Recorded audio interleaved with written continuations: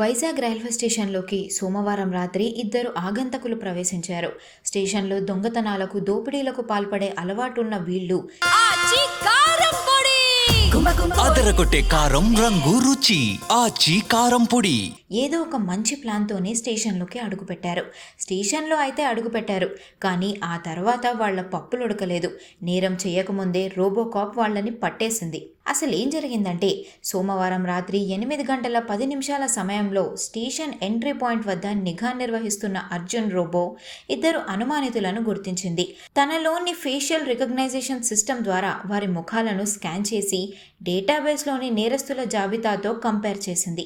వారు పాత నేరస్తులని తేలడంతో వెంటనే ఆర్పీఎఫ్ కంట్రోల్ రూమ్కు అలర్ట్ పంపింది.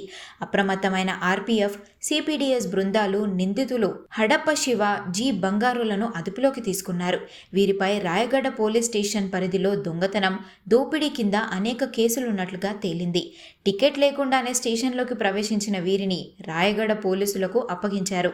అర్జున్ రోబో చేసిన ఈ పనికి అందరూ మెచ్చుకుంటున్నారు.